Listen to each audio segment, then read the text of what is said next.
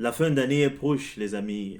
Chacun a envie ou va devoir passer de très bons moments en famille. Et qui dit bon moment de famille, surtout en ces périodes de fin d'année, parle de moments de partage, de moments de joie, mais certainement aussi de moments de bons repas. Et qui dit bon repas dit de très belles bouteilles de vin. Eh bien, c'est là qu'on a un très gros problème parce que 70% des consommateurs en vin ne s'y connaissent pas en la matière et vont, au courant des préparations de ces événements, faire de très mauvais choix en matière de vin. Tu es d'accord avec moi que un très mauvais choix de vin ne saura courtiser la chaleur qui est au programme de ces événements de rassemblement qu'on n'a qu'une seule fois l'année. Mais écoute, dans cette vidéo, je vais partager avec toi des astuces qui vont te permettre de faire de très bons choix en matière de vin. Reste scotché.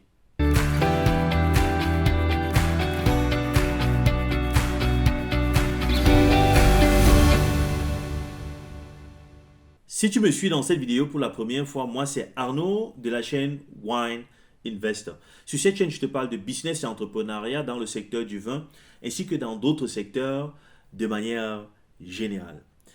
Avant de continuer cette vidéo, je vais t'inviter à faire trois petites choses. De liker et de partager la vidéo, de t'abonner à ma chaîne et surtout d'activer la cloche de notification pour être à la première de toutes nos vidéos. Comme tu l'as si bien compris dans l'introduction, dans cette vidéo, je compte partager avec toi des astuces qui vont te permettre à tout moment de faire de très bons choix en matière de vin. Et on va commencer tout de suite. Le premier point que je vais soulever ici, c'est qu'il faut absolument arrêter d'acheter les vins en supermarché. Oui, je sais que beaucoup sont prêts à me jeter les pierres sur la figure. Mais je suppose que si tu me suis jusqu'ici, ça veut dire que tu attends aussi un changement positif en matière de tes choix de vin. Donc, qui attend un résultat différent de ce qu'on a eu à atteindre ces dernières années doit être aussi prêt à changer ses habitudes. Donc, tu vas commencer par arrêter d'acheter les vins dans les supermarchés. Pourquoi? Le premier point, c'est bien évidemment le fait que les supermarchés vont, pour un vin donné, acheter des trentaines, des quarantaines, voire même des cinquantaines de milliers d'exemplaires par an pour un seul vin. Tu vois très bien que nous sommes là sur un business de masse. Et c'est là qu'on a un problème, un très gros problème d'ailleurs, parce que le vin n'est pas comme tout autre produit. Je prends comme exemple ici les télévisions ou alors les téléphones, tout le monde en a. Apple peut décider de doubler, voire même quadrupler sa production annuelle sans que cela n'ait un effet ou bien un impact négatif sur la qualité du produit. Mais avec le vin, c'est complètement différent. Tu sais très bien que le vin est un produit qui est issu de la transformation d'une matière première, le raisin en l'occurrence, qui voilà, est le fruit d'une plante, la vigne. Donc nous sommes là sur un produit agricole. Et en matière agricole, c'est complètement difficile, pour ne même pas dire impossible, de booster le rendement d'une superficie sans que cela ne réduise la qualité du produit final. Et ce qui m'amène au troisième point, c'est justement que dans ces vins au supermarché, il y a beaucoup d'additifs qui sont ajoutés pour compenser ce manque de qualité.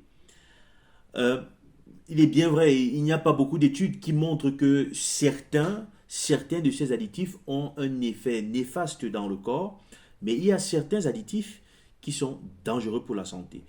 En l'occurrence, le Mega Purple, ok, c'est un additif qu'on trouve dans beaucoup de vins qui sont importés des États-Unis et bien d'autres pays. On le trouve aussi même dans des vins qui sont faits ici en Europe. Alors, si on veut traduire cela, le méga purple, c'est pour dire en fait le méga violet en français. Donc, c'est une substance qui est supposée donner en fait, n'est-ce pas, une couleur violette foncée comme on connaît des très grands vins, voilà, vins rouges. Donc, pour des vins qui, voilà, qui ont été produits en masse, donc on a vraiment une qualité inférieure. On a une peau des raisins qui n'est pas vraiment foncée, qui n'est pas riche en tanins. Donc, on aura des vins qui, normalement, devraient être bien foncés, euh, qui, au final, seront un peu légers en termes de couleur. Donc, on va ajouter ces additifs-là pour booster la couleur. Je n'ai pas besoin d'insister qu'il y a beaucoup d'additifs qui sont ajoutés. Par exemple, pour booster voilà, la teneur en tanin dans les vins qui sont dans plusieurs régions et parfois même dans tout le monde entier, témoins de la qualité sur le plan gustatif de très grands vins rouges. Donc, le seul problème, c'est que beaucoup de ces additifs ne sont pas des additifs. Donc, non seulement ce sont des additifs qui sont néfastes, mais ce sont des additifs qui sont aussi issus des procédés qui ne sont pas, pour la plupart des cas, naturels. Donc, on a là un très, très gros problème. Le deuxième point, c'est que les supermarchés vont bien évidemment chercher à consolider le marché. Donc, ils vont pas travailler avec 300, 400 maisons de vin. Ils vont travailler généralement avec deux ou trois maisons de fournisseurs, deux ou trois fournisseurs en général, deux ou trois fournisseurs. C'est pour ça que parfois on peut être devant dans un supermarché, on voit une panoplie de vins étalée sur les étagères et on pense qu'on a là, le supermarché s'est vraiment donné, a vraiment fait beaucoup d'efforts pour pouvoir présenter à ses clients une panoplie de vins assez diversifiée. Mais derrière ça se cache vraiment un business qui n'est pas souvent très clair. J'ai ici en face de moi un vin Shiraz, donc la Syrah de l'Australie, et de l'autre côté, un pilotage de l'Afrique du Sud. Si on regarde ici, on voit très bien que là, on a deux bouteilles qui ont un même design de la tête aux pieds. Ici, on est sur une couleur orange, de l'autre côté, sur une couleur plus ou moins jaune, mais le design reste le même. Quand on regarde à l'arrière, on voit bien, si on lit très bien, on a un seul distributeur. Je tiens à dire que tout le monde le connaît, hein, ceux qui sont en Allemagne, je crois même en France aussi vont le connaître. C'est chez Lidl que j'ai pris bien évidemment ces exemplaires pour vous montrer. Donc on a là une entreprise, je ne vais pas citer le nom ici, qui est marquée sur toutes ces bouteilles comme distributeur en Allemagne. Et pas distributeur en Allemagne, disons distributeur chez Lidl. Donc, ce qu'on a ici, on est là sur une entreprise qui est bien évidemment installée en Allemagne parce qu'il y a des entreprises parfois qui portent des noms allemands mais qui sont installées dans d'autres pays hors de l'Allemagne et prétendent être des distributeurs installés en Allemagne et qui respectent bien évidemment tous les normes qu'on a dans ce pays. Ce qui est loin d'être le cas dans plusieurs cas de figure. Et je tiens à préciser que ce distributeur ne distribue pas seulement ces deux vins. J'ai vu dans ce supermarché, je n'ai pas voulu parce que déjà je ne bois pas ces vins, mais j'ai pris pour pouvoir vous montrer quelques exemples. Et sur l'étagère, j'avais bien évidemment le Shiraz de l'Australie, le Pinotage de l'Afrique du Sud. J'avais aussi, je crois, un Cabernet Sauvignon des États-Unis. J'avais un autre Cabernet Sauvignon, je ne sais pas de quel pays, je crois Chili, un truc comme ça, de l'Afrique du Sud. Voilà. Non, pas de l'Afrique du Sud, excusez-moi, de l'Amérique du Sud. Donc, on était là sur quatre vins qui sont importés par une seule entreprise et qui va, bien évidemment, les distribuer sur plusieurs designs. Mais quand on regarde de plus près, on voit qu'on est là sur les mêmes designs. Donc, on a des vins qui sont là importés en masse et qui vont être vendus à 2 euros, 2 euros, je crois, 2 euros 40 la bouteille. Donc, si on tient en compte l'étiquetage, la bouteille, le bouchon, la conservation, l'assurance, parce que tout ça sont des frais qui vont, des coûts qui sont générés avant que le consommateur ne vienne acheter la bouteille.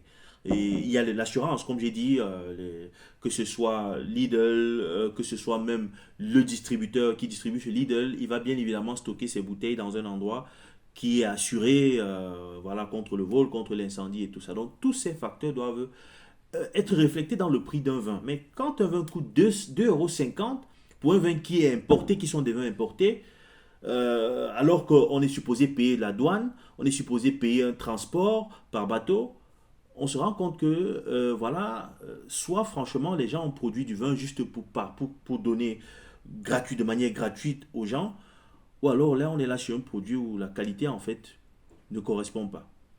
Donc, le troisième point qu'il faut que je mentionne ici, c'est le stockage. Alors, il faut savoir que la plupart, pour ne pas dire la totalité, des vins qu'on a dans les supermarchés ne sont pas stockés d'une manière différente que la bouteille de coca ou de soda que vous allez voir sur le supermarché, sur les étagères dans les supermarchés. Donc, Beaucoup de personnes vont dire oui, les bouteilles ne restent pas longtemps dans le supermarché. C'est vrai. Une fois que les bouteilles arrivent au supermarché, elles vont être voilà, achetées en quelques jours, quelques semaines. Mais avant d'arriver dans ces supermarchés, ces bouteilles restent des mois dans le centre de logistique en fait de Lidl par exemple. Ok. Et ce sont bien évidemment des espaces de stockage qui ne sont pas dotés bien évidemment voilà, des températures et d'humidité optimale pour tous ces produits-là. Donc, première des choses, il faut arrêter d'acheter les vins au supermarché. Pour pallier à ce problème, il faut se diriger vers des magasins spécialisés en vin, ce qu'on appelle généralement les caves. Donc, on considère deux types de caves. Donc, on a des petites caves et on a des caves de taille moyenne. Je vais me focaliser ici sur les caves de taille moyenne. Pourquoi une cave de taille moyenne? Premièrement, parce que la cave de taille moyenne va te donner l'accès à une sélection assez large de vins, ce qui te permettra de trouver ton compte à tout moment, quel que soit ton budget.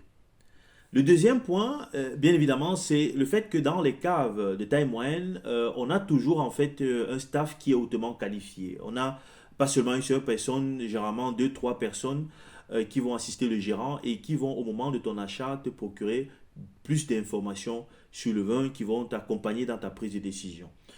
Beaucoup de ces caves donnent la possibilité voilà, de faire des petites formations en matière de vin, mais surtout aussi te donnent la possibilité de goûter, de déguster le vin avant de l'acheter. Donc, en rentrant chez toi, tu connais, tu sais ce à quoi t'attendre au moment où tu partageras ces bouteilles avec des proches. Le troisième point, c'est que les cavistes de taille moyenne ont, certes, comme je le disais au préalable, une sélection assez large pour te permettre de trouver ton compte, mais c'est une sélection qui n'est pas très large. Donc, dans la plupart des cas, ils ont même des très bons contacts, de très bonnes relations avec les producteurs de vin, ce qui fait qu'ils vont ils seront capables de te donner plus d'informations sur ces vins que tu ne trouveras presque nulle part ailleurs. Par exemple, sur la quantité de bouteilles qui ont été produites sur une année particulière. Moi, ce que je vois beaucoup de personnes faire, c'est d'argumenter en fait le vin. Parfois, ils vont ouvrir des bouteilles devant des amis, ils vont parfois offrir des bouteilles à quelqu'un, ils vont argumenter sur le prix. Ils vont dire, bah, écoute, cette bouteille, je pense qu'elle va te plaire, elle coûte 85 euros. Hein. Elle coûte 100 euros, moi je crois que c'est une très bonne bouteille, vraiment très beau vin. Moi, je pense qu'il y a une différence entre quelqu'un qui fait ce genre de geste et quelqu'un qui va dire, bah, écoute, je t'offre cette bouteille, ce rosé, parce que j'ai eu vraiment le plaisir de le goûter et je connais bien ton type de vin et je suis vraiment sûr que ce vin te plaira. Deuxièmement, tu es une personne qui a marqué ma vie et sache que cette bouteille, on en a eu 25 000 exemplaires de cette bouteille qui sont vendus dans le monde entier. Et j'ai vraiment l'immense honneur et le plaisir de t'offrir une de ces 25 000 bouteilles dans le monde entier, n'est-ce pas? En guise, n'est-ce pas, de l'importance que tu as dans ma vie, de la personnalité que tu représentes dans ma vie. Je pense qu'il y a un bon nombre de choses qu'on peut, n'est-ce pas, tirer de ce genre de paroles. Voilà, donc le vin, c'est pas seulement, ça se vend pas seulement sur le plan gustatif, ça se vend pas sur le prix, ça se vend aussi en termes voilà, de l'information, des informations qu'on a, par exemple, voilà, sur ce vin. Ce qui m'amène à un autre point. J'ai bien jusqu'ici parlé des cavistes de moyenne taille, mais il faut savoir que le marché aussi change au fil du temps. L'ère du digital ne fait que à sonner sa cloche depuis longtemps. Nous sommes vraiment dans un monde digital. Et aujourd'hui, les petits producteurs, même des grands producteurs, donnent accès, n'est-ce pas, à leur maison, aux différents voilà, intéressés, aux acheteurs. La plupart d'entre eux ont une page internet sur laquelle ils vendent leur vin, sur laquelle ils vont s'entretenir avec voilà, des clients au travers des vidéos.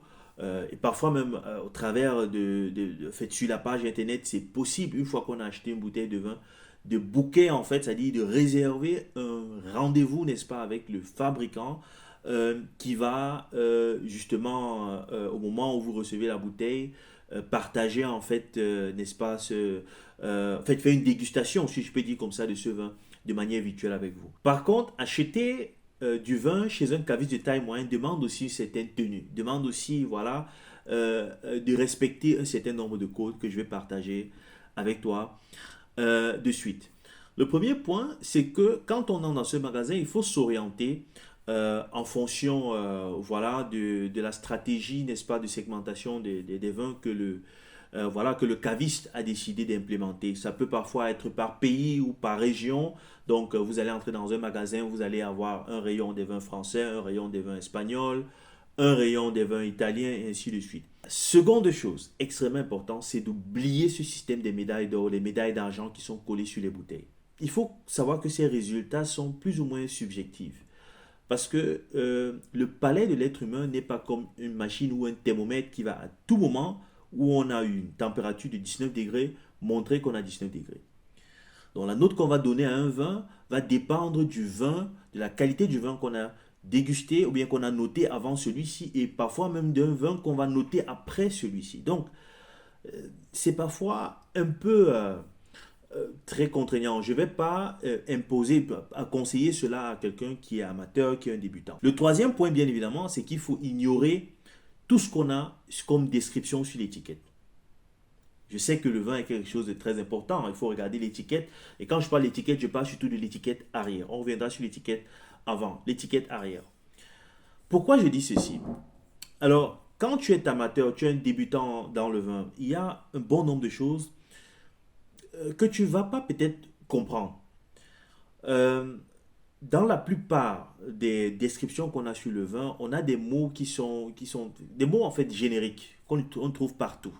On va vous dire, oui, un vin, il est corsé, on a des notes de fruits, mais c'est des trucs ce sont des descriptions qu'on a sur tous les vins.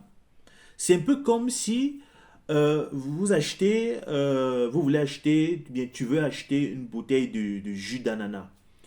Et sur la description, derrière le carton, on a écrit ce jus a une couleur jaunâtre, je ne sais pas trop. Mais c'est clair que tous les jus d'ananas ont cette couleur. Donc pour toi, en tant que débutant, c'est compliqué. Bien évidemment, on peut aller en détail sur le jus d'ananas en disant que oui, bon, la texture de ce jus d'ananas, voilà, c'est une texture plus ou moins consistante. On a encore les pulpes dans le jus. Mais tout ça, ce sont des choses que tu vas toi-même repérer quand tu vas goûter le vin. Pardon, le jus. Ok? Donc, on sait si un jus est comme de l'eau et si l'autre est vraiment pèse comme un jus, quoi. Mais c'est difficile de décrire tout ça de manière objective, c'est-à-dire qui permettra, n'est-ce pas, à quelqu'un de différencier ce produit d'un autre produit similaire. C'est complètement difficile. Le quatrième point, c'est le prix.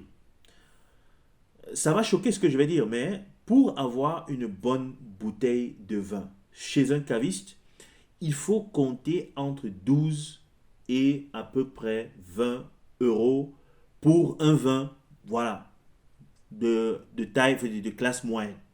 Maintenant, si on va sur des vins, par exemple des vins effervescents, dont les vins mousseux, euh, on va là sur des prix qui peuvent, bien évidemment, qui vont dépasser les 25-30 euros, dépendamment de la méthode de production. Donc, il faut donc compter entre 15 et 30 euros pour un bon vin. Je sais que ça va choquer, mais justement, c'est parce que le vin, ce n'est pas un produit alimentaire. C'est pas un produit de première nécessité. Qui achète un vin veut quelque chose de particulier. On n'est pas obligé, on doit être capable de s'en passer. Ce n'est pas quelque chose dont le corps a besoin tous les jours. Le corps a besoin de l'eau. Voilà, donc l'eau, je peux comprendre qu'on dit oui, l'eau, normalement, la bouteille doit coûter 10 centimes ou 15 centimes. On peut comprendre parce que ça, ce sont des produits de nécessité, de base. Donc, il faut déjà comprendre cela. Ce qui m'amène au cinquième point, c'est qu'il faut bien évidemment être ouvert aux alternatives. Il faut connaître les alternatives parce que, bien évidemment, on va rarement trouver un bon champagne en dessous de 30 euros. Mais on va trouver, par exemple, un bon cava de l'Espagne, un très bon Deutscher Sekt de l'Allemagne, en dessous de 30 euros. Pourtant, ce sont des vins mousseux qui sont faits en utilisant la même méthode traditionnelle qui est utilisée en Champagne. Le sixième point, c'est qu'il faut être spécifique quand on achète un vin. Au lieu d'entrer dans un magasin et chercher à acheter un vin de Bordeaux, il faut chercher à acheter un vin de Saint-Émilion. Ou alors un vin de Saint-Estèphe ou de Saint-Julien. Si on veut acheter voilà, un vin, par exemple un champagne, on peut dire, ben, moi je veux un champagne par exemple qui vient de Reims. Je veux un champagne voilà, d'Épernay, je veux un champagne de la vallée de la Marne par exemple. Pourquoi? Parce que plus la production, du moins la région de production du vin euh, qu'on achète est petite, plus on s'attend à une qualité parce qu'on a un système de contrôle de rendement qui est encore plus strict. Par contre, comme je dis, si vous achetez un Bordeaux, l'appellation Bordeaux, c'est une appellation qui est très vaste. C'est une appellation qui couvre tout, qui tend des grands crus jusqu'au vrac, c'est du Bordeaux. Alors nous savons que plus on descend, quand on est sur les vins de 3 euros, 4 euros au Bordeaux qu'on trouve dans les supermarchés, des Bordeaux supérieurs même à 5 euros, on est là sur des vins en fait voilà, qui sont mélangés de plusieurs régions à gauche, à droite. Ça devient un peu compliqué. Mais plus on va sur des appellations qui ne sont que restreintes sur une petite surface, sur une petite région, on est sûr que là, on a des producteurs qui sont passés par un contrôle très strict de qualité. Le septième point, c'est qu'il faut bien évidemment regarder aussi la quantité d'alcool dans un vin. Un vin qui est riche en alcool aura bien évidemment aussi des substances, pas des substances, une bonne teneur en tanin, parfois aussi en acidité, dépendamment du type de vin. Euh, Pourquoi je dis ça? Parce que n'oublions pas que la fermentation consiste à transformer le sucre en alcool. Donc plus on a un taux d'alcool élevé, plus on avait dans la matière première un taux de sucre assez élevé. Ce qui veut dire que le vin avait quand même atteint un stade de maturité assez important. Pas seulement sur le plan du sucre, mais aussi sur le plan des tanins, peut-être pour les vins rouges, en fait, la teneur en minerais et tout ça, dans les raisins, pour les vins blancs par exemple, l'acidité aussi pour les vins blancs, tout ça joue un rôle et ce sont des facteurs qui vont garantir aussi, n'est-ce pas, les qualités gustatives d'un vin après la fermentation. Le septième point qui est bien évidemment important pour des personnes qui débutent en matière de vin, pour des amateurs qui peuvent avoir à un moment donné des difficultés à faire un choix rapide, il faut savoir qu'il y a quand même des pays sur lesquels lorsqu'on met la main en matière de vin, on n'a quand même presque pas de risque de se tromper. En l'occurrence, l'Espagne, le Portugal, l'Afrique du Sud, l'Amérique du Sud. Là, je vais parler des pays comme voilà, euh, l'Uruguay, par exemple, l'Argentine, Chili, ainsi de suite. On a l'Australie aussi, bien évidemment. Je sais que ça va étonner. Certaines personnes vont dire, mais ouais, mais on attend la France depuis. Oui, la France est un grand producteur de vin. Sauf que la France aussi a beaucoup de problèmes parce qu'on a une panoplie de vins assez large et on a quand même plus de 15 à 20% de vrac, ce qui n'intéresserait vraiment pas un bon nombre de personnes.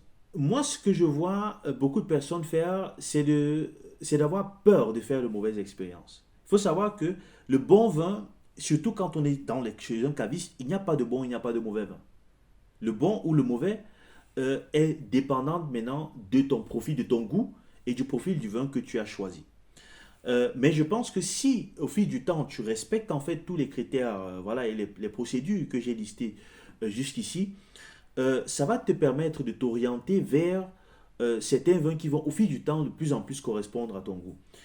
Et puis, il faut aussi comprendre qu'il faut être ouvert. Moi, je vois des personnes qui, parce qu'ils ont eu un vin qui leur a plu à tel moment, ne veulent que rester sur ce vin-là. Tu vas voir quelqu'un, ça fait 5 ans, il te dit, il prend tel vin, le vin X, ce n'est que ça qu'il boit. Pourquoi? Parce qu'il a peur de faire d'autres mauvaises expériences. Pourtant, ce sont ces mauvaises expériences-là qui vont t'amener, si tu suis la stratégie à chaque fois que tu achètes ces vins, qui vont t'amener à améliorer tes choix et aller vers des zones qui vont, au fil du temps, de plus en plus correspondre à tes goûts.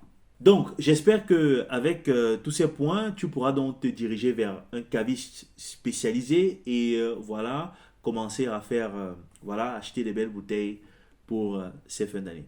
J'espère que cette vidéo t'a plu et que tu as retenu quelque chose d'intéressant. Écris-moi et like la vidéo et je te donne rendez-vous à mes prochaines vidéos. Jusque-là, porte-toi bien.